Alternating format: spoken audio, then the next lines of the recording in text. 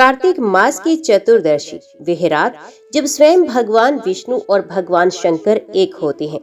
वह क्षण जब वैकुंठ और कैलाश के द्वार साथ में खुलते हैं और जब एक भक्त का हृदय भेद मिटाकर हरि हर का साक्षात्कार करता है। कहते हैं इस दिन भगवान विष्णु काशी आते हैं और महादेव जी को कमल अर्पित करते हैं और उसी क्षण शिव भी बिल पत्र लेकर विष्णु के चरणों में रखते हैं। ये है वे पवित्र रात वैकुंठ चतुर्दशी, जहाँ हरि और हर एक ही ब्रह्म में विलीन हो जाते हैं। आज की इस कथा में मैं आपको ले चलूंगी उस अद्भुत यात्रा पर, जहाँ एक वृद्ध भक्त ने अपने संदेह को त्याग कर भगवान के साक्षात दर्शन पाए। एक ऐसी कथा जो हमें सिखाती है कि भक्ति का अर्थ केवल पूजा नहीं बल्कि एक तप की अनुभूति है। तो आइए मन को शांत कीजिए, श्रद्धा से बैठिए, क्योंकि आज हम सुनने जा रहे हैं वैकुंठ चतुर्दशी की वे दिव्य कथा, जहाँ विष्णु के हृदय में शिव बसते हैं और शिव के हृदय में विष्णु। आज की मुख्य कथा शुरू करने से पहले मैं आपको सुनाने वाली हूँ वो कथा जब भगवान शिव गोकुल आए थे बाल गोपाल के प्रथम दर्शन के लिए। तो चलिए शुरू करते हैं। हिमालय के शिखरों पर बर्फ की चादर लिपटी हुई थी। कैलाश पर्वत के शिखर पर भगवान शिव समाधि में लीन थे। गंगा उनकी जटाओं में प्रवाहित हो रही थी और चारों ओर नंदी भूत प्रेत और गण मौन भाव से ध्यान मगन थे। उसी क्षण ब्रह्मांड में एक नई तरंग उठी। देवताओं ने देखा कि संपूर्ण लोकों में एक मधुर संगीत गूंज रहा है, मुरली की तान जिसकी प्रत्येक ध्वनि में ब्रह्म का कंपन था। शिव की समाधि भंग हुई। उन्होंने नेत्र खोले। गगन में वे ध्वनि गूंज रही थी जो स्वयं आनंद का स्वरूप थी और वे बोले, ये स्वर, यही नाद, ये तो स्वयं साक्षात सच्चिदानंद का संपंदन है। ये किसका स्वर है जो मेरे ध्यान को भी भंग कर दे? नंदी ने सिर झुकाया और कहा, प्रभु, ये वही स्वर है जिसके लिए देवता युगों से प्रतीक्षा कर रहे हैं। विष्णु भगवान ने ब्रज भूमि में अवतार लिया है, बाल श्री कृष्ण रूप में। शिव मुस्कुराए और कहने लगे, तो ये पूर्ण अवतार अब पृथ्वी पर अवतरित हुआ है। ये बालक जिसने देवों के लिए विष्णु का रूप लिया, अब वे मनुष्यों के बीच बाल गोपाल बना है। नंदी, मेरा मन उस दर्शन के लिए व्याकुल हो उठा है। भगवान शंकर ने जटाएं संभाली, रुद्राक्ष की माला अपने गले में सुधारी और त्रिशूल उठाया। उनके हृदय में एक ही भावना थी, मैं अपने प्रभु के बाल रूप का दर्शन करूं। माता पार्वती ने मुस्कुराकर पूछा कि स्वामी, ये कैसी व्याकुलता है जो आपके जैसे योगी को भी स्थिर नहीं रहने देती? शिव ने कहा, देवी, आज ब्रह्म स्वयं बालक बनकर आया है। जिस स्वरूप की आराधना स्वयं मैं करता हूँ, वही अब ब्रज भूमि में लीलाएं कर रहा है। मेरा ये शरीर, ये योग, यही तप सब व्यर्थ है यदि मैं उस बालक का मुख न देखूं। पार्वती ने प्रेम से कहा, जाइए, परंतु इस बार आप महाकाल रूप में नहीं, एक भक्त बनकर जाइए, क्योंकि भगवान श्री कृष्ण को केवल प्रेम स्वीकार है, भय नहीं। शिव ने मुस्कुराकर सिर झुकाया और कहा, सत्य कहा देवी, मैं आज रुद्र नहीं गोपाल के चरणों का दास बनकर जाऊंगा। और वे चल दी, साथ में कुछ गण और उनके चरणों के पीछे झूमता नंदी। शिव ने अपनी जटाओं में थोड़ा भस्म लगाया, मस्तक पर चंद्र अंकित किया और मार्ग पर निकल गए हिमालय से गोकुल की दिशा में। जैसे जैसे वे गोकुल के निकट पहुंचे, धरती का रंग बदल गया। हवा में माखन और गायों की गंध घुली हुई थी। गोप बालक हंसी खुशी में खेल रहे थे। गोपियां यशोदा मैया के आंगन की ओर दूध और दही लेकर जा रही थी और शिव ने देखा हर दिशा में आनंद ही आनंद है। वृंदावन की वनराजी में तुलसी की सुगंध, यमुना का शीतल प्रवाह और बालकों की मुरली की धुनें। शिव के नेत्रों से आंसू बहने लगे। उन्होंने नंदी से कहा, नंदी, ये ब्रह्मलोक से भी अधिक पवित्र है। यहाँ हर कण में कृष्ण है, हर श्वास में नाम है। जब भगवान शिव गोकुल पहुंचे तो उनका रूप वैरागी जैसा था। संपूर्ण शरीर पर भस्म, गले में सांप और हाथ में त्रिशूल। गोकुल की स्त्रियां उन्हें देखकर डर गई। अरे, ये कौन भयानक साधु आ गए? बच्चों को दूर रखो, कहीं ये कोई तांत्रिक ना हो। शिव हंस पड़े। उनकी आंखों में करुणा थी और उन्होंने कहा, मैं किसी को भय देने नहीं आया, मैं तो केवल उस बालक के दर्शन को आया हूँ जो ब्रह्मांड का हृदय है, श्री कृष्ण। परंतु यशोदा मैया ने जब उन्हें देखा तो माँ का स्वाभाविक भय उठ खड़ा हुआ। उन्होंने गोपाल को अपनी गोद में लिया और कहा, नाथ, ये कोई अघोरी जैसा दिखता है, मेरा लाल डर जाएगा। शिव ने हाथ जोड़कर कहा, माँ, मैं ना कोई अघोरी हूँ ना भूतों का स्वामी, मैं तो आपके बालक का दर्शन चाहता हूँ। मुझे एक बार उसके चरणों की धूल मिल जाए बस। परंतु माता यशोदा ने कहा, बाबा, मेरा लाल बहुत छोटा है, अजनबी को देखकर रो पड़ता है, आप कृपया करके लौट जाइए, जब वे थोड़ा बड़ा हो जाएगा तब बुला लूंगी। शिव ने सिर झुकाया और कहा, जैसी आपकी इच्छा माता।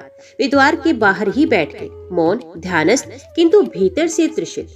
माता यशोदा ने जब गोपाल को दूध पिलाया तो बालक बार बार दरवाजे की ओर देखने लगा। उसकी आंखों में एक चमक थी, जैसे वे किसी अपने को पहचान रहा हो। यशोदा ने पूछा, क्या हुआ लल्ला, कहाँ देख रहे हो? बालक ने अपनी नन्ही उंगली से द्वार की ओर इशारा किया और मुस्कुराया। फिर अचानक वे रोने लगा। यशोदा ने बहुत समझाया पर वे रोता ही रहा।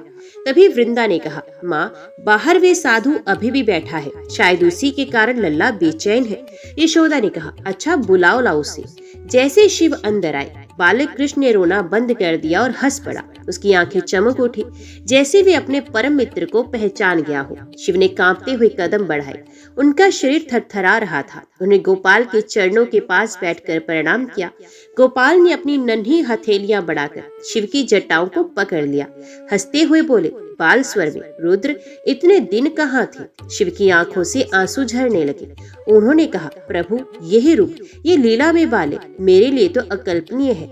आज मेरे समस्त तप का फल मिल गया। यशोदा ने ये दृश्य देखा और स्तब्ध रह गई। वे साधु जिसे उन्होंने साधारण योगी समझा था, वे तो उनके लाल के सम्मुख दास की तरह नतमस्तक था। उन्होंने धीरे से पूछा, बाबा, आप कौन हैं? शिव ने नम्र स्वर में कहा, माँ, मैं वही हूँ जिसे संसार महादेव कहता है, परंतु आपके लालन के चरणों में मैं केवल एक भक्त हूँ। यशोदा अवाक रह गई। महादेव, आप स्वयं यहाँ मेरे लाल के लिए? शिव ने कहा, हाँ माँ, ये बालक कोई साधारण नहीं, ये वही परमात्मा है जिसके स्मरण से मैं जीवित हूँ। आप धन्य हैं जिन्होंने उसे अपनी गोद में पाला। यशोदा की आंखों से आंसू झरने लगे। उन्होंने चरणों में गिरकर कहा, नाथ, मुझे क्षमा करें, मैं तो अज्ञानवश आपको पहचान नहीं सकी। शिव ने कहा, माता, आप तो स्वयं जगन माता है, आपकी गोद में ब्रह्म पल रहा है, इसमें मेरा ही नहीं समस्त सृष्टि का सौभाग्य है। गोकुल के अन्य लोग भी अब आश्चर्य से भर गए थे। वे उस साधु के चरणों में गिर पड़े। नंदी ने भी गौशाला में प्रवेश कर बालक के चरणों में मस्तक झुकाया। कृष्ण ने उसके सर पर हाथ रखा और हंसते हुए कहा, नंदी, तुझे फिर बुलाऊंगा जब कैलाश आऊंगा। सबने हंसी के साथ देखा। बालक के मुख पर वे मुस्कान थी जो संपूर्ण ब्रह्मांड को आलोकित कर सकती थी। शिव ने अंत में कहा, प्रभु, अब मुझे अपने लोक लौटना है, परंतु एक वरदान दीजिए, जब भी कोई आपका नाम ले तो मेरे नाम का भी स्मरण करे। बालक कृष्ण ने मुस्कुराकर कहा, तथास्तु रुद्र, जो मुझे पूजेगा वे तुम्हें भी पूजेगा, क्योंकि तुम मेरे भीतर हो और मैं तुम्हारी। और फिर बालक ने अपने छोटे हाथों से एक माखन का टुकड़ा उठाकर शिव के मुख में डाल दिया। शिव भाव विभोर होकर बोले, प्रभु, ये माखन मेरे लिए अमृत से भी बढ़कर है। अगले दिन गोकुल में चर्चा फैल गई। महादेव स्वयं हमारे गांव आए थे। उन्होंने नंदलाल के चरणों में प्रणाम किया है। सभी गोप गोपियां उत्सव मनाने लगे। उन्होंने मंदिरों में दीप जलाए और उस दिन से महाशिवरात्रि के साथ बाल श्री कृष्ण की आराधना भी प्रारंभ हुई। जब शिव लौटने लगे तो उनके हृदय में गोपाल की छवि अंकित थी। उन्होंने कहा, अब मैं केवल योगी नहीं रहा, मैं गोपाल का भक्त बन गया हूँ। नंदी ने पूछा, प्रभु, उस दर्शन में आपने क्या पाया? शिव ने कहा, नंदी, मैंने जाना परमात्मा कभी भयानक नहीं होता। वे माखन की तरह कोमल है, जो उसे प्रेम से पुकारे वे स्वयं उसके द्वार तक आता है। कैलाश पहुंचकर पार्वती ने पूछा, स्वामी, आपने बालक के दर्शन कर लिए? शिव ने कहा, देवी, हाँ, वे बालक नहीं स्वयं अनंत है। उसकी मुस्कान में समस्त सृष्टि छिपी है। अब से जब भी कोई मुझे याद करेगा, उसकी स्मृति में कृष्ण का नाम भी झिलमिलाएगा।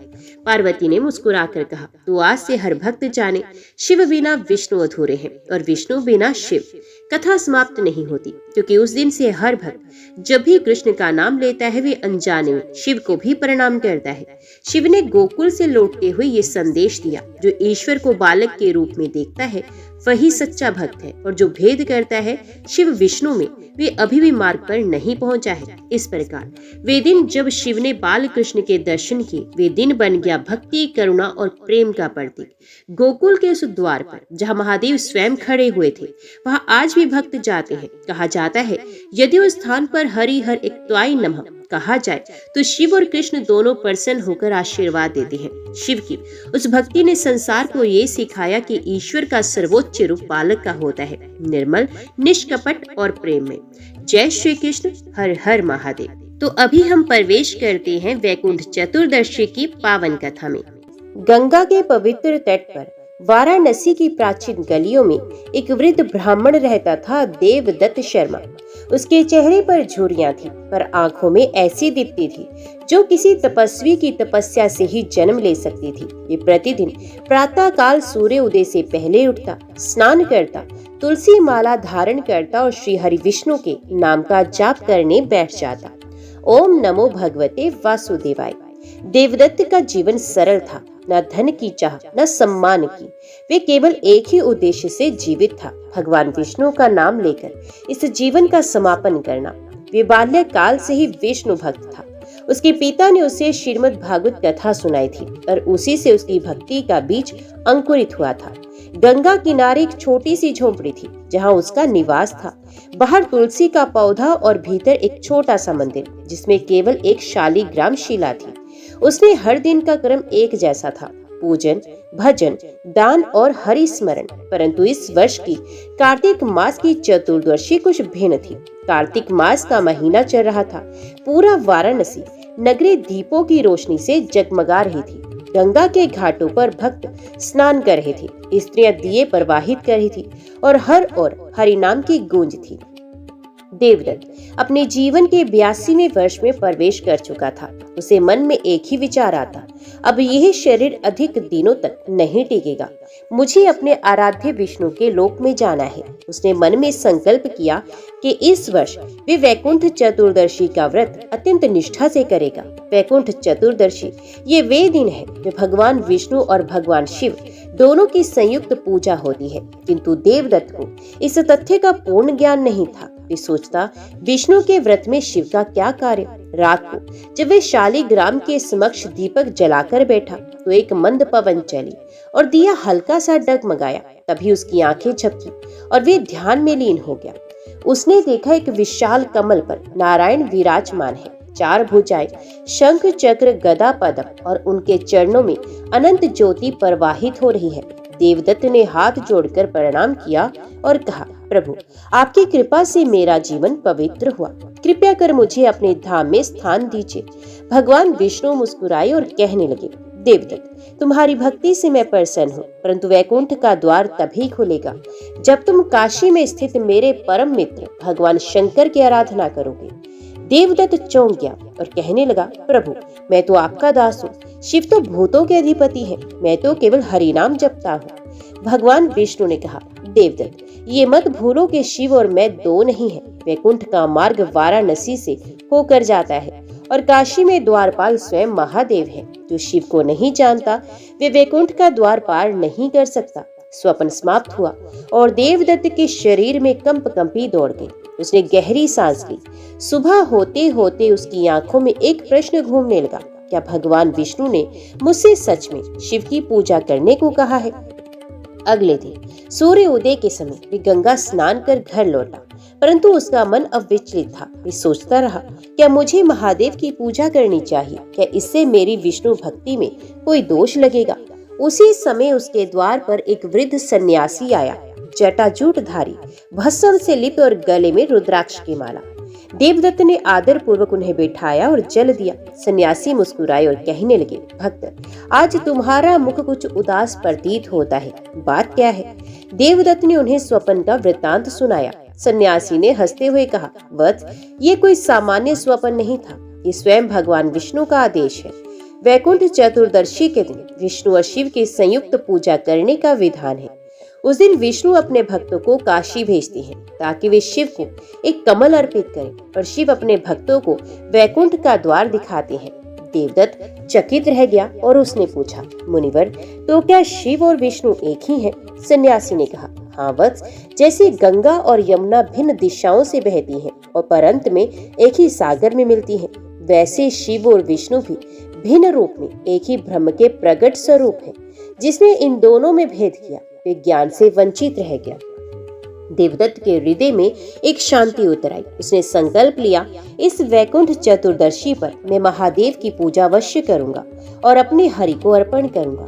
वे दिन भर गंगा घाट पर गया, वहां से पुष्प एकत्रित किए, जल भरा और एक कमल का फूल खोजा जो शुद्ध और दुर्लभ था। संध्या तक उसने अपने द्वार पर दीप सजाए और रात को भगवान शंकर की स्तुति सुनने लगा।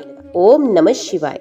उसका मन धीरे धीरे विष्णु और शिव दोनों में एक रस हो गया। उस रात जब वह विश्राम को गया, उसे लगा जैसे उसके भीतर दो स्वर गूंज रहे हैं, एक हरि नाम का और दूसरा महामृत्युंजय मंत्र का, और दोनों स्वर मिलकर एक अद्भुत संगीत बना रहे थे, जैसे ब्रह्मांड की लय उसी में समा रही हो। अगली सुबह जब गंगा के ऊपर से सुनहरा सूरज झांकने लगा, काशी नगरी के मंदिरों से घंटे घड़ियाल की ध्वनि गूंज उठी।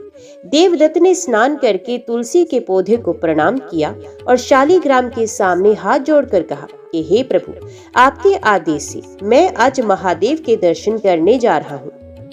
कृपया कर इस अज्ञानी को शक्ति दो कि मैं आपके प्रिय शंकर की आराधना कर सकूं। उसने एक छोटा सा थैला लिया जिसमें गंगा जल, कमल पुष्प, तुलसी पत्तियां और चंदन का तिलक रखा। वे धीरे धीरे विश्वनाथ गली की ओर चला, जहां काशी के हृदय में स्थित है स्वयं भगवान शंकर का ज्योतिर्लिंग। वाराणसी की गलियां उस समय अद्भुत दृश्य प्रस्तुत कर रही थी। चारों ओर से धूप, दीप और भजन की गंध उठ रही थी। वृद्ध देवदत्त का प्रत्येक कदम एक तीर्थ यात्रा के समान था। उसकी देह दुर्बल थी पर मन में एक नई ऊर्जा का संचार था। जब वे विश्वनाथ मंदिर पहुंचा तो भक्तों की भीड़ देखकर ठिठक गया। कुछ लोग रुद्र अभिषेक कर रहे थे, कुछ भभूत लगा रहे थे, कुछ नंदी के कान में अपनी इच्छाएं कह रहे थे। देवदत्त ने सोचा, मैंने कभी इस प्रकार की पूजा नहीं की, मैं तो बस विष्णु नाम जानता हूँ। क्या महादेव मुझ पर प्रसन्न होंगे? वे धीरे से नंदी के समीप पहुंचा और उनके कान में कहा, मैं हरि का भक्त हूँ, पर हरि ने ही मुझे भेजा है। कृपया कर महादेव से कहो कि मैं उनके दर्शन करने के लिए आया हूँ। इतना कहकर उसने मंदिर के भीतर प्रवेश किया। वहां शिवलिंग पर जल, दूध, पुष्प चढ़ रहे थे। हर हर महादेव की ध्वनि से पूरा गर्भगृह गूंज रहा था। देवदत्त ने धीरे से गंगा जल लिया, कमल पुष्प चढ़ाया और कांपती आवाज में बोला कि हे नीलकंठ, मैं विष्णु का दास हूँ, पर आज हरि के आदेश से आपकी आराधना करने आया हूँ। यदि हरि और हर एक है तो मुझे भी अपने चरणों में स्थान दो। उसके शब्दों के साथ ही मंदिर में एक हल्की सी कंपन हुई, दीप की लो ऊंची उठी और एक मधुर स्वर गूंजा, देवदत्त। देवदत्त ने चौंक कर देखा, मंदिर का गर्भगृह अब दीप्तिमान हो उठा था। शिवलिंग से एक प्रकाश किरण निकली और उसके सामने एक दिव्य रूप प्रकट हुआ। जटा जूट धारी, गले में नाग, भस्म लिप्त शरीर और त्रिनेत्र वाला महादेव। देवदत्त तुरंत भूमि पर दंडवत हुआ और कहने लगा कि त्रिपुरारी, मैं केवल एक तुच्छ ब्राह्मण हूँ, मुझे क्षमा करें यदि मैंने कभी अनजाने में आपका अपमान किया हो। महादेव मुस्कुराए और कहने लगे, वत्स, मैं जानता हूँ तू विष्णु का परम भक्त है, पर यह भी जान लो, जो विष्णु का सच्चा भक्त है वे मुझसे कभी भिन्न नहीं होता। वैकुंठ चतुर्दशी के दिन हम दोनों एक ही रूप में पूजे जाते हैं, क्योंकि यह दिन शिव विष्णु एकता का प्रतीक है। देवदत्त ने कहा, प्रभु, मैं तो केवल विष्णु का नाम जानता हूँ, मुझे तो भय है कि कहीं मैं आपकी पूजा में कोई त्रुटि ना कर दूं। महादेव ने कहा, भक्ति में कोई त्रुटि नहीं होती वत्स, सच्चा भाव ही पूजा है। परंतु यदि तू वास्तव में वैकुंठ जाना चाहता है तो तुझे एक परीक्षा देनी होगी। देवदत्त ने सर झुकाया और कहा, प्रभु, जो भी आप कहें मैं तैयार हूँ। महादेव जी ने कहा, काशी के उत्तर में एक वृद्ध शमशान है, वहाँ एक भूखा भूत वास करता है। वे पाप से ग्रस्त आत्मा है जो अनेक जन्मों से मोक्ष की प्रतीक्षा में है। आज रात्रि तू वहां जाकर उसे भोजन कराएगा और उसे हरि शिव का नाम सुनाएगा। यदि वे शांत हो गया तो तू मेरे साथ साथ विष्णु का भी प्रिय कहलाएगा। देवदत्त ने थोड़ी घबराहट के साथ कहा कि प्रभु, शमशान, मैं तो एक वृद्ध हूँ, वहां कैसे जाऊंगा? महादेव जी ने कहा, डर मत, मैं तेरे साथ रहूंगा, पर अदृश्य रूप में। याद रखना, जिस हृदय में भय है वहां भक्ति नहीं रुकती। इतना कहकर वे प्रकाश रूप में विलीन हो गई। रात्रि उतर आई थी। गंगा किनारे से ठंडी हवा बह रही थी। चांदनी में काशी के मंदिरों के शिखर चमक रहे थे। देवदत्त अपने छोटे से दीपक और भोजन पात्र के साथ उस पुराने शमशान की ओर चल पड़ा। चारों ओर शमशान की निर्वता थी। केवल उल्लू की आवाज, हवा की सनसनाहट और कहीं दूर किसी साधु का मंत्रोच्चार। उसने साहस जुटाकर कहा कि हे शिव शंभो, मैं आपके आदेश से आया हूँ, कृपया कर मेरी रक्षा करना। अचानक सामने ही झाड़ियों से एक विकृत छाया प्रकट हुई। लंबे बाल, लाल आंखें और भव्य मुख वाला भूत। देवदत्त का शरीर कांप उठा। भूत गरजा और कहने लगा, कौन है जो मेरे क्षेत्र में आया? मैं कई युगों से यहाँ भटक रहा हूँ, किसी ने मुझे मुक्ति नहीं दी। तू कौन है? देवदत्त ने कांपते स्वर में कहा, मैं एक ब्राह्मण हूँ। भगवान शंकर ने मुझे तुम्हें भोजन कराने और हरि शिव नाम सुनाने को कहा है। भूत ने व्यंग्य से हंसते हुए कहा, हरि और शिव क्या दोनों एक हैं? मैंने तो सुना है उनके भक्तों में सदा झगड़ा रहता है। देवदत्त ने दीपक ऊंचा उठाया और कहा, नहीं, वे दोनों एक ही हैं। विष्णु वे हैं जो सृष्टि को संवारते हैं और शिव वे हैं जो उसे संवारने के बाद विलीन करते हैं। दोनों एक ही ब्रह्म के दो रूप हैं, सृजन और संहार। ये सुनते ही भूत की आंखों से आंसू निकल आए। उसका शरीर धीरे धीरे प्रकाश में होने लगा। ब्राह्मण, तेरे शब्दों से मुझे मुक्ति मिली। मुझे अब वैकुंठ दिखाई दे रहा है, वही जहाँ हरि और हर एक साथ विराजमान है। और वे छाया एक उज्जवल किरण बनकर आकाश में विलीन हो गई। देवदत्त का हृदय भर आया। उसी समय आकाश से एक दिव्य स्वर गूंजा, वत्स देवदत्त, तूने मेरी परीक्षा उत्तीर्ण कर ली। अब तू न केवल विष्णु का भक्त है बल्कि शिव का भी प्रिय है। वैकुंठ का द्वार तेरे लिए खुल चुका है। देवदत्त ने भूमि पर दंडवत प्रणाम किया। अचानक उसके सामने वही प्रकाश प्रकट हुआ, पर इस बार उसमें विष्णु और शिव दोनों एक साथ दिखाई दे रहे थे, अर्धनारीश्वर के समान, आधे विष्णु और आधे शंकर। दोनों एक स्वर में एक साथ बोले, हम एक ही हैं। जो भेद मिटा देता है वही सच्चा भक्त है। देवदत्त ने आंसू भरी आंखों से कहा, प्रभु, अब मेरे जीवन का उद्देश्य पूर्ण हुआ। वैकुंठ चतुर्दशी का सच्चा अर्थ मुझे मिल गया। प्रकाश धीरे धीरे विलीन हो गया और शमशान में फिर निर्वता छा गई। परंतु देवदत्त के हृदय में अब भक्ति का एक अद्वितीय प्रकाश जल उठा था, जो कभी बुझने वाला नहीं था। रात्रि की घटनाओं के बाद जब सूर्य की पहली किरण गंगा पर पड़ी, वाराणसी का वातावरण पहले से भी अधिक पवित्र हो रहा था। गंगा का जल सुनहरी चमक से झिलमिला रहा था। मंदिरों की घंटियां, शंखनाद और वेद मंत्रों की गूंज चारों दिशाओं में फैल रही थी। देवदत्त की आंखों में गहरी नींद नहीं थी, पर उसका हृदय शांत था, जैसे भीतर कोई भारी भार उतर गया हो। वे बार बार सोच रहा था, कल रात जो कुछ हुआ, वे क्या केवल मेरा स्वप्न था या सच में महादेव ने मुझसे संवाद किया? उसने तुलसी के पौधे को प्रणाम किया, फिर शालिग्राम के सामने दीप जलाया और कहा, हे हरि, यदि वे स्वप्न नहीं था तो आज वैकुंठ चतुर्दशी की रात मुझे सत्य का साक्षात्कार अवश्य कराना। आज वाराणसी का दृश्य अद्भुत था। हर गली, हर मंदिर, हर घाट दीपों से सजा हुआ था। स्त्रियां गंगा तट पर दिए प्रवाहित कर रही थी और पुरुष भगवान विष्णु व महादेव की संयुक्त पूजा की तैयारी में लगे थे। लोग कहते थे, आज की रात वे है जो विष्णु स्वयं काशी में आते हैं और महादेव से मिलते हैं। दोनों एक दूसरे को कमल और बिल पत्र अर्पित करते हैं। देवदत्त के मन में वे प्रसंग गूंजने लगा, क्या मैं भी वे संगम देख पाऊंगा? उसने गंगा स्नान किया, श्वेत वस्त्र धारण किए और हाथ में एक कमल व बिल पत्र लिया। ये उसका आज का संकल्प था। संध्या का समय था। गंगा के ऊपर चांदनी बिखरने लगी थी। देवदत्त उस स्थान पर पहुंचा जहां से गंगा धीरे धीरे बहती थी, मणिकर्णिका घाट के पास। वहां हवा में हल्की सी सुगंध थी और दूर से शंख की ध्वनि सुनाई दे रही थी। वे ध्यान में बैठ गया, आंखें मूंदी और मन में एक ही मंत्र गूंजा, हरि हर हरि हर, शिव विष्णु शिव हरि। धीरे धीरे उसका शरीर स्थिर हो गया, सांसें मंद पड़ गई और चेतना किसी अदृश्य लोक में प्रवेश करने लगी। अचानक उसे लगा जैसे उसके सामने गंगा का जल विभाजित हो रहा है। जल के मध्य एक प्रकाश पुंज उठ रहा है। ये प्रकाश दो भागों में बंटा। एक भाग में शंख चक्रधारी भगवान विष्णु और दूसरे में त्रिशूलधारी भगवान शंकर। दोनों एक दूसरे के समीप आए और मुस्कुराते हुए बोले, वत्स देवदत्त, ये वही क्षण है जब हम दोनों एक होते हैं। ये वही रात्रि है वैकुंठ चतुर्दशी। देवदत्त विस्मित होकर बोला कि हे प्रभु, मैं आप दोनों को एक साथ देख रहा हूँ, क्या ये माया है या सत्य? भगवान विष्णु ने कहा, ये माया नहीं, ब्रह्म का सत्य है। हम दो नहीं हैं, जैसे अग्नि और उसकी ज्वाला अलग नहीं होते। महादेव ने कहा, विष्णु मेरे हृदय में है और मैं विष्णु के हृदय में। तो जो इस एक तत्व को पहचान लेता है, वे ही मोक्ष को प्राप्त करता है। भगवान विष्णु ने अपने हाथों से एक कमल लिया और शिव के चरणों में अर्पित किया। हे शंकर, ये कमल मेरे भक्तों की भक्ति का प्रतीक है, इसे स्वीकार करें।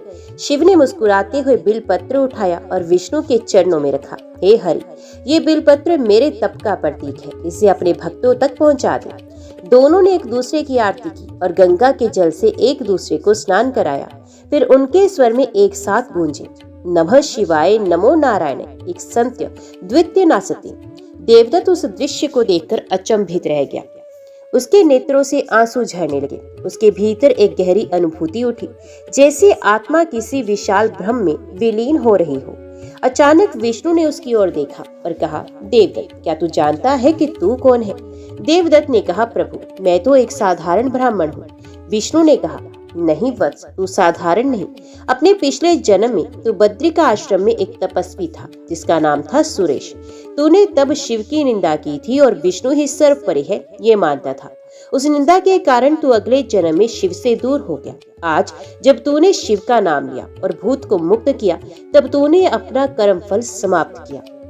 महादेव ने कहा, बस तेरी तपस्या अधूरी थी, पर आज तूने वे पूर्ण कर ली। अब तुझे न शिव से भेद है न विष्णु से, तू ब्रह्म का अंश बन गया है। देवदत्त के नेत्रों से आंसू बह निकले। प्रभु, यदि मेरा जीवन अपूर्ण हुआ तो कृपया कर मुझे अपने चरणों में स्थान दो। तभी गंगा का जल फिर से लहराने लगा। उसमें से एक दिव्य स्त्री का रूप प्रकट हुआ, सफेद वस्त्रों में, मुख पर तेज और नेत्रों में करुणा, स्वयं माता गंगा।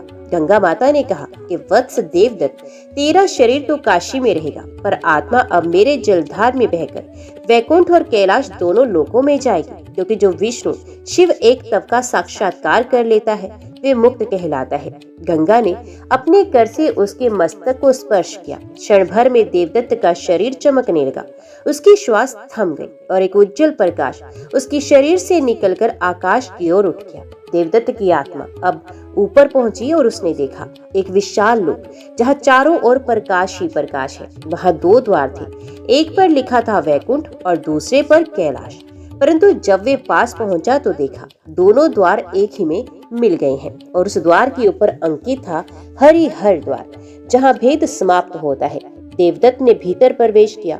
वहाँ भगवान विष्णु और भगवान शंकर एक ही सिंहासन पर विराजमान थे और उनके चारों ओर देवगण, ऋषिगण और योगी झुके हुए थे। उसने उनके चरणों में सिर झुकाया। दोनों ने एक साथ आशीर्वाद दिया। वत्स देवदत्त, तूने मानवता को एकता का मार्ग दिखाया। तेरा जीवन अब लीला का अंश बन गया। जो भी वैकुंठ चतुर्दशी पर शिव और विष्णु की संयुक्त पूजा करेगा, उसे भी ऐसा ही मोक्ष प्राप्त होगा।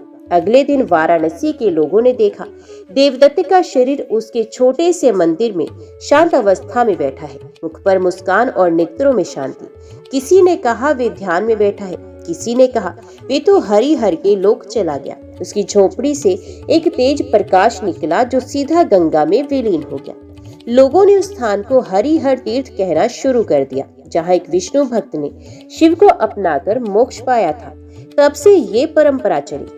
वैकुंठ चतुर्दशी के दिन भक्त पहले विष्णु को कमल अर्पित करते हैं और फिर उसी कमल को लेकर शिव को चढ़ाते हैं, क्योंकि यही उस एक तत्व का प्रतीक है, जहाँ भक्ति और ज्ञान, विष्णु और शिव, सृजन और संहार सब एक ही ब्रह्म में लीन हो जाते हैं। और कहा जाता है जो वैकुंठ चतुर्दशी की रात्रि में हरिहर का स्मरण करता है, वे जन्म मृत्यु के बंधन से मुक्त होकर दिव्यता को प्राप्त करता है।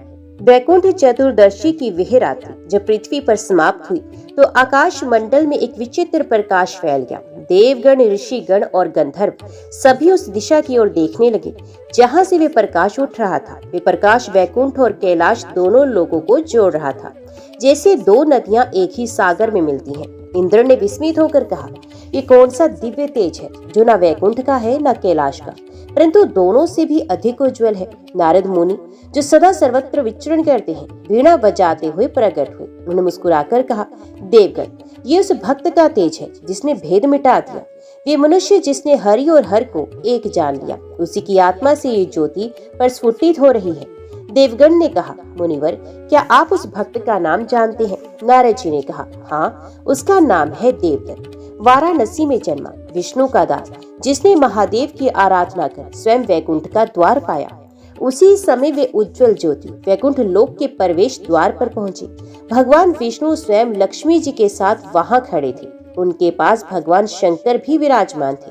अपने गले में सर्प और हाथ में त्रिशूल लिए, परंतु मुख पर मुस्कान थी। जैसे ही देवदत्त की आत्मा वहां पहुंची, देवताओं के झुंड ने उसका स्वागत किया। गंधर्वों ने वीणा और मृदंग बजाया, अप्सराएं नृत्य करने लगी और पुष्पों की वर्षा होने लगी। विष्णु जी ने कहा, वत्स देवदत्त, तूने केवल अपने लिए नहीं बल्कि समस्त मानव जाति के लिए द्वार खोल दिए हैं। आज से यह दिन न केवल मेरे भक्तों के लिए बल्कि शिव के उपासकों के लिए भी समान रूप से पवित्र रहेगा। महादेव जी ने कहा, और मैं इसे हरिहर लीला दिवस के रूप में स्वीकार करता हूँ। और जिस दिन कोई भी भक्त ये नाम ले, हरिहर एक है, उस दिन मैं स्वयं उसकी आत्मा में विराजमान हो जाता हूँ। उत्सव के मध्य नारद मुनि आगे बढ़े और वीणा पर एक मधुर धुन छेड़ दी और उन्होंने कहा, सुनो हे देवगण, जिस दिन मनुष्य के हृदय से भेद मिट जाएगा, उस दिन पृथ्वी पर स्वर्ग उतरेगा। न शिव अलग, न विष्णु अलग, न संहार अलग, न सृजन अलग, सब एक ही ब्रह्म की लीलाएं हैं। देवदत्त नामक वह भक्त अब किसी लोक का नहीं रहा, वे स्वयं हरिहर का अंश बन चुका है। देवगणों ने एक स्वर में कहा, हरिहर एक, हरिहर एक। आकाश में वे नाद इतना गूंजा कि वैकुंठ और कैलाश एक ही आभा में नहा उठे। अब वहां एक भव्य उत्सव का आरंभ हुआ। नारद की वीणा की ध्वनि पर गंधर्व नाचने लगे। इंद्र ने अपने स्वर्ण कलश से अमृत छिड़का, वरुण ने जल से आकाश को शुद्ध किया और अग्निदेव ने दीपों की श्रृंखला जलाई। विष्णु ने कमलासन पर बैठकर कहा, लक्ष्मी, आज से वैकुंठ चतुर्दशी का ये पर्व न केवल भक्तों को वैकुंठ का मार्ग दिखाएगा बल्कि उन्हें ये सिखाएगा कि शिव का नाम लिए बिना मोक्ष अधूरा है। महादेव ने उत्तर दिया, और मैं ये घोषणा करता हूँ, जो भी इस दिन ओम नमो भगवते वासुदेवाय और ओम नमः शिवाय दोनों का जाप करेगा, मैं उसे अपने कैलाश का द्वार दिखाऊंगा और विष्णु उसे वैकुंठ में प्रवेश देंगे। देवताओं ने दोनों के चरणों में प्रणाम किया। वैकुंठ के बीच एक विशाल सभा बनी। वहाँ देवता, ऋषि, सिद्ध और योगी एकत्रित हुए। विष्णु और शंकर दोनों एक ही आसन पर विराजमान हुए। एक शरीर, दो स्वरूप, अर्धनारीश्वर के समान, परंतु इस बार अर्धनारायण के रूप में। उनके एक हाथ में शंख और दूसरे में त्रिशूल था। एक और गरुड़ खड़े थे, दूसरी ओर नंदी। दोनों एक दूसरे को प्रणाम कर बोले, हमारे स्वामी तो एक ही हैं। विष्णु जी ने कहा, जो ये सत्य समझ ले वही सच्चा साधक है। शिव ने कहा, और जो इसे भेद में बांटे वे स्वयं को अंधकार में डाल दे। तभी आकाश में से एक स्वर आया, हरि और हर का एक तभी सत्य है, दूसरा कुछ नहीं। अब देवदत्त की आत्मा के चारों ओर प्रकाश का चक्र घूमने लगा। उसका साधारण रूप विलीन होकर एक दिव्य स्वरूप में बदल गया। सुनहरी आभा, रुद्राक्ष और तुलसी दोनों की मालाएं, एक हाथ में कमल, दूसरे में डमरू। विष्णु जी ने कहा, वत्स, अब तो हरि हरानंद कहलाएगा। महादेव जी ने कहा, तो अब दोनों लोकों का दूत है, वैकुंठ और कैलाश का सेतु। देवदत्त ने हाथ जोड़कर कहा, प्रभु, मेरी एक प्रार्थना है, कृपया कर पृथ्वी पर ये ज्ञान पहुंचाएं कि भक्ति में कोई भेद नहीं। लोग शिव और विष्णु में झगड़ते हैं, परंतु वे दोनों तो एक ही हैं। हरिहर भगवान बोले, तेरा वचन ही अब धर्म होगा। नारद इसे पृथ्वी पर प्रचारित करेंगे और ये कथा युगों युगों तक गाई जाएगी। नारद मुनि अपनी वीणा लेकर पुनः पृथ्वी पर उतरे। काशी की गलियों में वे गाते हुए निकले, हरि हर एक है, जो उन्हें अलग मानता है वह ज्ञानी है। वैकुंठ और कैलाश दोनों एक है, जो शिव को पूजे वही विष्णु का भक्त है। लोग उनके पीछे पीछे चलने लगे और वाराणसी में हरिहर उत्सव मनाया जाने लगा। उस दिन से वैकुंठ चतुर्दशी के व्रत में ये परंपरा जुड़ गई। सुबह विष्णु पूजन और रात्रि में शिव आराधना। स्वर्ग में देवताओं ने एक साथ प्रणाम किया, हरिहर एक तवाय नमः। जो भक्त इस व्रत को करेगा वे न जन्म लेगा न मरेगा, वे हरिहर का हो जाएगा। गंगा, सरस्वती और यमुना ने मिलकर गान किया, हम वही पथ है जहाँ शिव और विष्णु का मिलन होता है। लक्ष्मी और पार्वती ने दोनों देवों के चरणों में पुष्प अर्पित किए और मुस्कुराकर कहा, अब सृष्टि में कोई विभाजन नहीं रहेगा। भक्ति, ज्ञान और प्रेम, यही हर हर का सच्चा रूप है। उस दिन से स्वर्ग, पृथ्वी और पाताल तीनों लोकों में ये कथा गूंजने लगी। देवदत्त नामक उस भक्त की जिसने भेद मिटाकर ब्रह्म का दर्शन किया, वैकुंठ चतुर्दशी अब केवल एक व्रत नहीं रही बल्कि एक चेतना बन गई, जो हर आत्मा को ये स्मरण कराती है कि ईश्वर एक है, रूप अनेक है।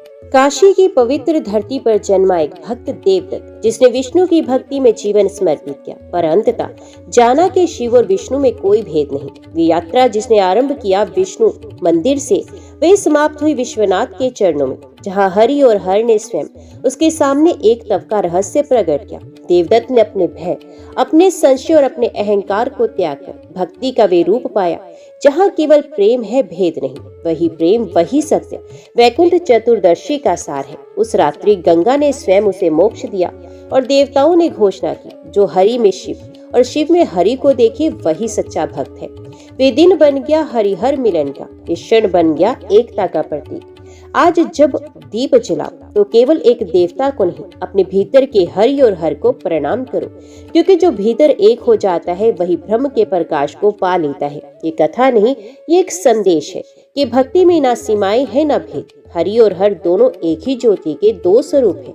वैकुंठ चतुर्दशी हमें याद दिलाती है, ईश्वर एक है, नाम अनेक है। ओम नमो भगवते वासुदेवाय।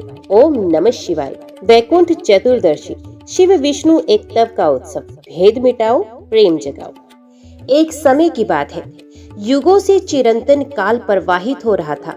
धरती पर धर्म, अधर्म, भक्ति और मोह, ये चारों एक दूसरे से युद्ध कर रहे थे। कहीं मनुष्य भक्ति में लीन था तो कहीं काम और क्रोध की आग में जल रहा था। देवऋषि नारद, जिनकी वाणी के स्वर में स्वयं वेदों की गूंज है, पृथ्वी लोक पर भ्रमण करते हुए सब दृश्य देख रहे थे।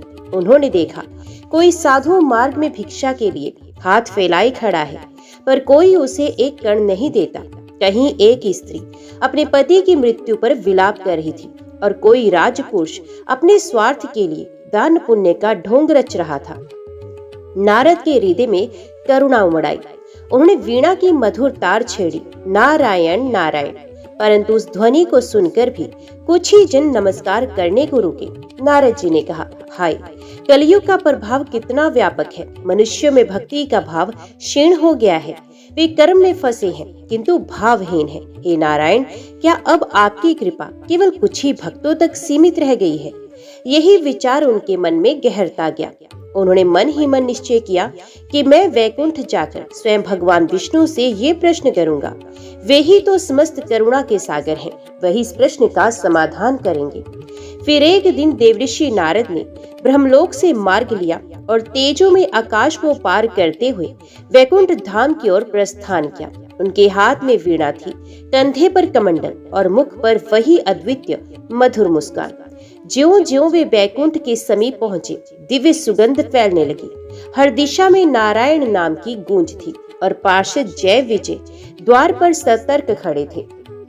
जय ने विनम्र होकर कहा, स्वागत है देवऋषि, भगवान स्वयं आपके आगमन की प्रतीक्षा कर रहे हैं। नारद मुस्कुराए और कहने लगे, हे जय, हे विजय, तुम दोनों सदा भगवान के चरणों में सेवक भाव से स्थित हो। मुझे उस कृपालु प्रभु के दर्शन की अतृप्ति है, मार्ग दो। जय विजय ने झुककर प्रणाम किया और द्वार खोल दिए। वहां से जैसे सूर्य का सहस्त्र गुणित प्रकाश फूट पड़ा। बैकुंठ में श्वेत मणियों के महल, पारिजात की सुगंध और भक्तों का मधुर कीर्तन ओम नमो नारायण गूंज रहा था। भगवान श्री हरि वैकुंठ नायक शेषनाग के श्वेत शैया पर विराजमान थे। उनके चारों हाथों में शंख, चक्र, गदा, पद्म सुशोभित थे। लक्ष्मी जी उनके चरणों की सेवा में निमग्न थी। पार्षद गण विष्णु स्तोत्र का पाठ कर रहे थे। नारद मुनि ने दूर से ही प्रणाम किया। नारायण नारायण, अनंत कोटि ब्रह्मांड नायक, आप ही सर्वस्व हैं। भगवान विष्णु ने मुस्कुराकर कहा, आओ हे देवऋषि, तुम्हारे चरणों से ब्रह्मांड पवित्र होता है। तुम लोकों में भ्रमण करके सदा हमारे नाम का प्रचार करते हो। आज किस उद्देश्य से आए हो? नारद जी ने विनम्र स्वर में कहा कि हे प्रभु, मैं पृथ्वी लोक से आया हूँ। वहाँ दुख का सागर उमड़ा हुआ है, धर्म क्षीण हो रहा है, भक्ति दुर्लभ हो गई है, मनुष्य मोह और लोभ के जाल में फंस गए हैं। मैंने देखा कि आपकी कृपा आपके भक्तों पर तो बरसती है, परंतु जो साधारण जीव हैं, वे आपकी कृपा से वंचित प्रतीत होते हैं। क्या आपकी करुणा केवल भक्तों के लिए है? क्या संसार के अन्य जन आपके नाम का लाभ नहीं पा सकते? भगवान विष्णु ने मंद हंसी के साथ कहा कि हे नारद, तुम्हारा प्रश्न सरल है, परंतु उसका अर्थ गूढ़ है। जो मुझे प्रेम से स्मरण करता है, ये चाहे दीन हो या महान, मेरा प्रिय है। किंतु मनुष्य अपनी इच्छा से ही मुझसे दूर होता है, मैं किसी से भेद नहीं करता। नारद जी ने कहा, प्रभु, ये तो सत्य है कि आपकी कृपा अनंत है, किंतु फिर भी संसार के सामान्य जन आपके चरणों तक पहुंच नहीं पाते। उनके पाप, अहंकार और अज्ञान उन्हें बाधित करते हैं। क्या कोई ऐसा उपाय नहीं जिससे वे सब भी आपके चरण कमलों का स्पर्श कर सके? भगवान विष्णु ने कहा कि हे नारद, तुम्हारा प्रश्न मेरे हृदय को स्पर्श कर गया। अब समय आ गया है कि मैं वे उपाय प्रकट करूं जिससे सामान्य जन भी मेरे प्रेम और कृपा को प्राप्त कर सके। वह दिन आने वाला है जब हर कोई मेरे और मेरे प्रिय शिव के संयुक्त स्मरण से मोक्ष प्राप्त करेगा। भगवान विष्णु ने कहा कि हे देव ऋषि, ये संसार द्वैत से भरा हुआ है, दिन और रात, सुख और दुख, जन्म और मरण। परंतु इन द्वैतों के पार एक ही तत्व है जिसे कुछ हरि कहते हैं तो कुछ हर। वास्तव में हम दोनों एक ही सत्य के दो रूप हैं, सृष्टि और संहार, पालन और संयम। मनुष्य प्राय हरि और हर में भेद कर बैठता है, वही अज्ञान है। जिसने दोनों को एक ही तत्व रूप में जाना, वही सच्चा ज्ञानी है। अब मैं एक ऐसा अवसर दूंगा जो मानव जाति एक साथ हरि और हर की पूजा करेगी और वही दिन मोक्ष का द्वार बनेगा। नारद जी ने विस्मित होकर पूछा कि प्रभु, वे कौन सा दिन होगा? भगवान विष्णु ने कहा कि हे नारद, कार्तिक मास की शुक्ल पक्ष की चतुर्दशी वे पवित्र तिथि, उस दिन जो कोई मेरा और महादेव का संयुक्त पूजन करेगा, वे वैकुंठ धाम को प्राप्त होगा। ये हरि हर मिलन का दिवस कहलाएगा। नारद जी ने कहा कि हे प्रभु, ये अद्भुत है, किंतु कैसे उत्पन्न हुई ये परंपरा? आपने तो कहा कि ये कथा एक प्राचीन घटना से जुड़ी है। कृपया करके वे प्रसंग भी सुनाएं जिसे संसार जान सके कि ये तिथि इतनी महान क्यों है। भगवान विष्णु ने कहा, हे देव ऋषि, ये कथा अति गूढ़ है, किंतु तुम्हारे जैसे सच्चे जिज्ञासु के लिए मैं इसका रहस्य उद्घाटित करूंगा। ये उस समय की बात है जब मैंने महादेव शिव का पूजन करने का निश्चय किया था। वही प्रसंग इस व्रत की उत्पत्ति का कारण बना। भगवान विष्णु ने कुछ क्षण ध्यान लगाया। उनके मुख पर तेज छा गया, जैसे सहस्त्र सूर्य एक साथ उदित हुए हों। उन्होंने कहा, काशी नामक नगर है जहाँ भगवान विश्वनाथ स्वयं विराजमान है। एक समय मैंने वहां जाकर उनकी आराधना करने का संकल्प लिया था। मैंने मणिकर्णिका तीर्थ पर स्नान किया और 1,000 कमलों से पूजन करने का संकल्प लिया, परंतु उस पूजन के समय जो हुआ वही इस हरिहर व्रत की मूल कथा है। किंतु हे नारद, ये कथा इतनी पवित्र है कि इसे केवल शुद्ध मन से ही सुना जा सकता है।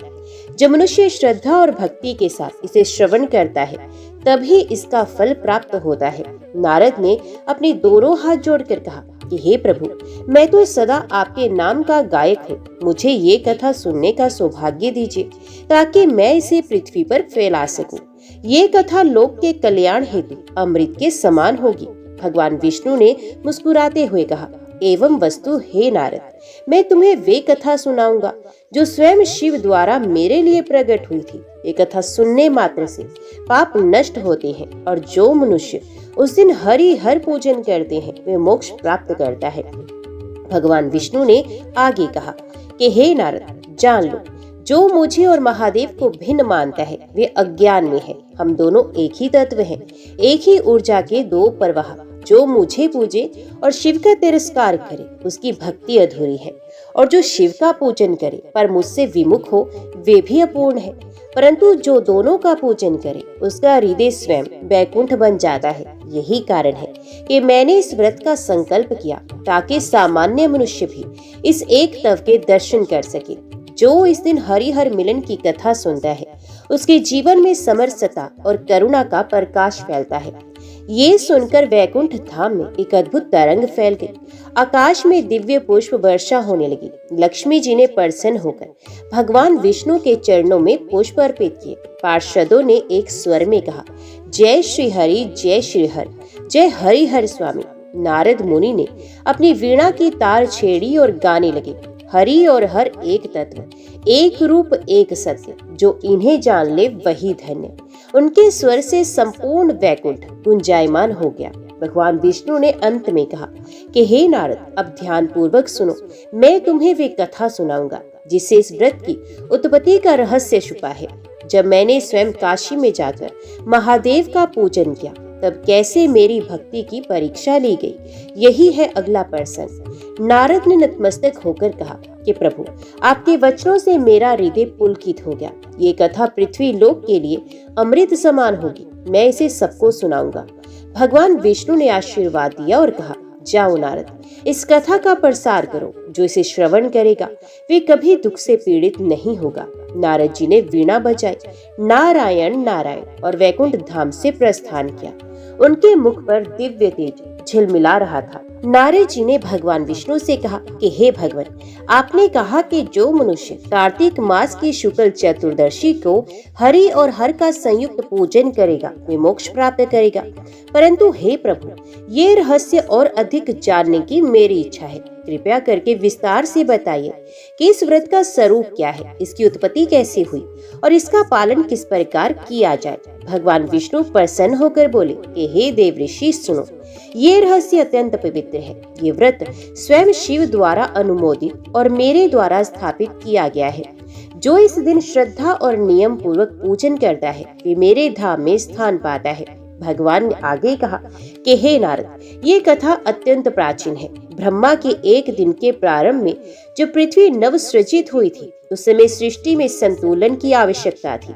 मैंने सृष्टि का पालन का कार्य स्वीकार किया और मेरे प्रिय महादेव ने संहार का भार। तब से लेकर आज तक हम दोनों एक दूसरे के पूरक रहे हैं, किंतु युगों के परिवर्तन के साथ मनुष्यों में भ्रम फैल गया। कुछ ने कहा विष्णु ही श्रेष्ठ है, तो कुछ ने कहा शिव ही परमेश्वर। ये मतभेद उनके ज्ञान को अवतरित करने लगा। इसी अज्ञान को दूर करने के लिए मैंने एक बार पृथ्वी पर जाकर स्वयं शिव की आराधना करने का निश्चय किया, ताकि लोगों को ये शिक्षा दूं कि हरि और हर में कोई भेद नहीं। भगवान विष्णु ने कथा सुनाते हुए आगे कहा कि हे नारद, तब मैं काशी नगरी की ओर चला।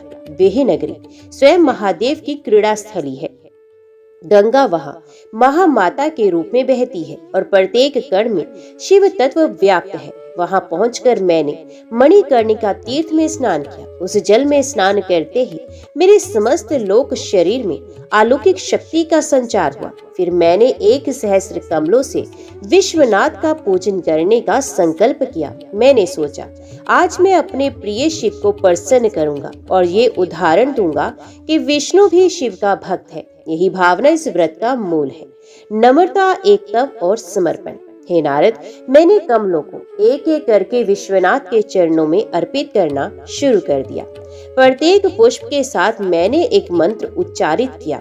मेरे मन में केवल भक्ति थी, ना अहंकार, ना विभेद। जब मैं 999वां कमल अर्पित कर चुका तो देखा कि एक पुष्प कम है। नारद विस्मित हुए और कहने लगे, प्रभु, वे कमल कहाँ गया? भगवान ने कहा, वे मेरे प्रिय महादेव ने स्वयं छिपा लिया था। वे मेरी भक्ति की परीक्षा लेना चाहते थे। जब मैंने देखा कि एक पुष्प कम है तो मैंने चारों ओर देखा, पर कोई कमल नहीं मिला। तब मेरे हृदय में विचार उठा, मेरे दोनों नेत्र कमल के समान है। यदि एक पुष्प कम है तो मैं अपनी कमल नयन आंख अर्पित कर सकता हूँ। मैंने अपनी दाहिनी आंख पर उंगली रखी और बिना संकोच निकालने का प्रयास किया। भगवान विष्णु ने शांत भाव से कहा, जैसे ही मैंने अपनी आंख निकालने का संकल्प किया, उसी क्षण वहां एक दिव्य प्रकाश प्रकट हुआ। विश्वनाथ स्वयं प्रकट हुए। उनके त्रिनयन से तेजो में किरणें निकल रही थी। उन्होंने मेरे हाथ को पकड़ लिया और कहा, वत्स, रुक जाओ। भगवान विष्णु ने आगे कहा कि महादेव ने कहा कि हे विष्णु, तुम्हारी भक्ति अतुलनीय है।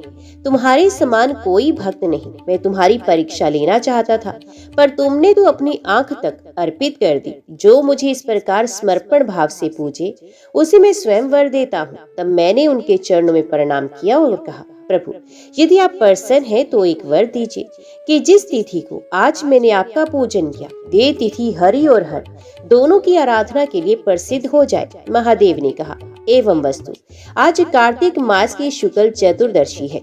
इस दिन जो भी हरि और हर का संयुक्त पूजन करेगा, वे तुम्हारे धाम को प्राप्त करेगा। उसे पुनर्जन्म नहीं होगा। उसी क्षण आकाश में देवताओं ने पुष्प वृष्टि की, गंधर्वों ने गीत गाए, मैंने और महादेव ने एक दूसरे को आलिंगन किया। उसी क्षण से हरि हर मिलन की परंपरा शुरू हुई। यह व्रत हमारे एक तव का प्रतीक है। तब महादेव ने कहा कि हे विष्णु, इस व्रत को जो मनुष्य विधि पूर्वक करेगा, वे सभी पापों से मुक्त होकर वैकुंठ या कैलाश में स्थान पाएगा। ये व्रत समस्त व्रतों का फलदायी है। नारद जी ने कहा कि प्रभु, ये तो अत्यंत अद्भुत है। कृपया करके बताइए कि इस व्रत का पालन किस विधि से किया जाए, कौन सी सामग्री आवश्यक है और इसका फल क्या है। भगवान विष्णु ने कथा सुनाते हुए आगे कहा कि हे नारद, सुनो। कार्तिक मास की शुक्ल चतुर्दशी को प्रातः काल स्नान करके भक्त को हरिहर पूजन का संकल्प लेना चाहिए। उसे तुलसी, बिलपत्र, चंदन, दीप, धूप, नैवेद्य और कमल पुष्प से पूजन करना चाहिए। पूजन के समय ये मंत्र उच्चारित करें, ओम नमो हरिहराय नमः। दिन भर उपवास रखें और सायंकाल दीप दान करें। जिस व्रत को करता है वे सभी पापों से मुक्त होता है। ये व्रत पितरों को तृप्त करता है, देवताओं को प्रसन्न करता है और मनुष्य को मोक्ष की ओर ले जाता है। जिसने जीवन में अनेक दोष किए हों, वे भी इस दिन के पूजन से शुद्ध हो जाता है। जो नारी इस दिन हरिहर का पूजन करती है, उसे सौभाग्य की प्राप्ति होती है। जो पुरुष करता है, उसे ज्ञान, वैराग्य और अखंड भक्ति प्राप्त होती है। यह व्रत केवल साधु संतों के लिए नहीं, बल्कि सामान्य गृहस्थ के लिए भी समान फलदायी है। जिस व्रत की कथा को सुनता है, वे भी पुण्य का भागी बन जाता है। जब मैंने महादेव के साथ ये व्रत संपन्न किया, तब स्वयं ब्रह्मा, इंद्र, वरुण, अग्नि, यम और अन्य देवता वहां उपस्थित हुए।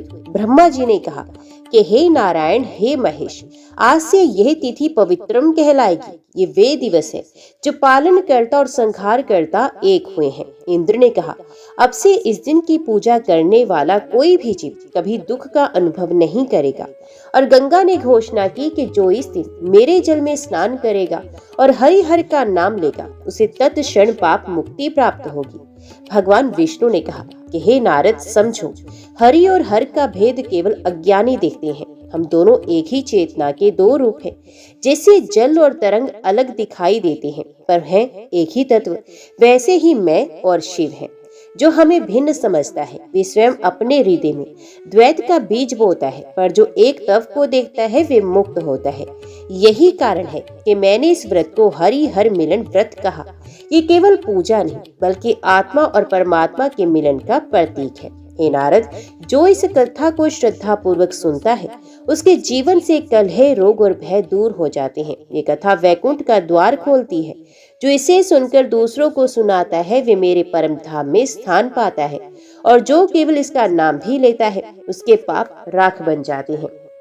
हे देवर्षि, जो मनुष्य ये जान लेता है कि हरि और हर एक है, तब उसके हृदय में कोई द्वेष नहीं रहता। वही अवस्था मोक्ष की ओर ले जाती है। इस व्रत का वास्तविक फल केवल स्वर्ग या धन नहीं, बल्कि समतव की प्राप्ति है। सब में एक ही परम तत्व का दर्शन। इसलिए हे नारद, जाओ, इस रहस्य को पृथ्वी पर फैलाओ। लोगों को बताओ कि शिव और विष्णु में भेद नहीं है। जो दोनों की आराधना करेगा, वही सच्चा भक्त कहलाएगा। नारद जी ने नतमस्तक होकर कहा कि प्रभु, आपने आज जो रहस्य बताया, ये तो समस्त शास्त्रों का सार है। अब मैं इस कथा को पृथ्वी पर अवश्य प्रचारित करूंगा। जो इसे सुनेगा वे धन्य होगा, और जो इसका पालन करेगा वे मोक्ष प्राप्त करेगा। उन्होंने वीणा की मधुर तान छेड़ी। नारायण नारायण, हरिहर एक है, ये जानो हे मानवो। एक ही ज्योति से जग प्रकाशित है, हरिहर की। उस समय वैकुंठ धाम में दिव्य गंध फैली। लक्ष्मी जी ने प्रसन्न होकर भगवान के चरणों में फूल चढ़ाए। आकाश से पुष्प वर्षा हुई। देवताओं ने गाया, जय हरिहर, जय हरिहर संपूर्ण धाम भक्ति के संगीत से गूंज उठा।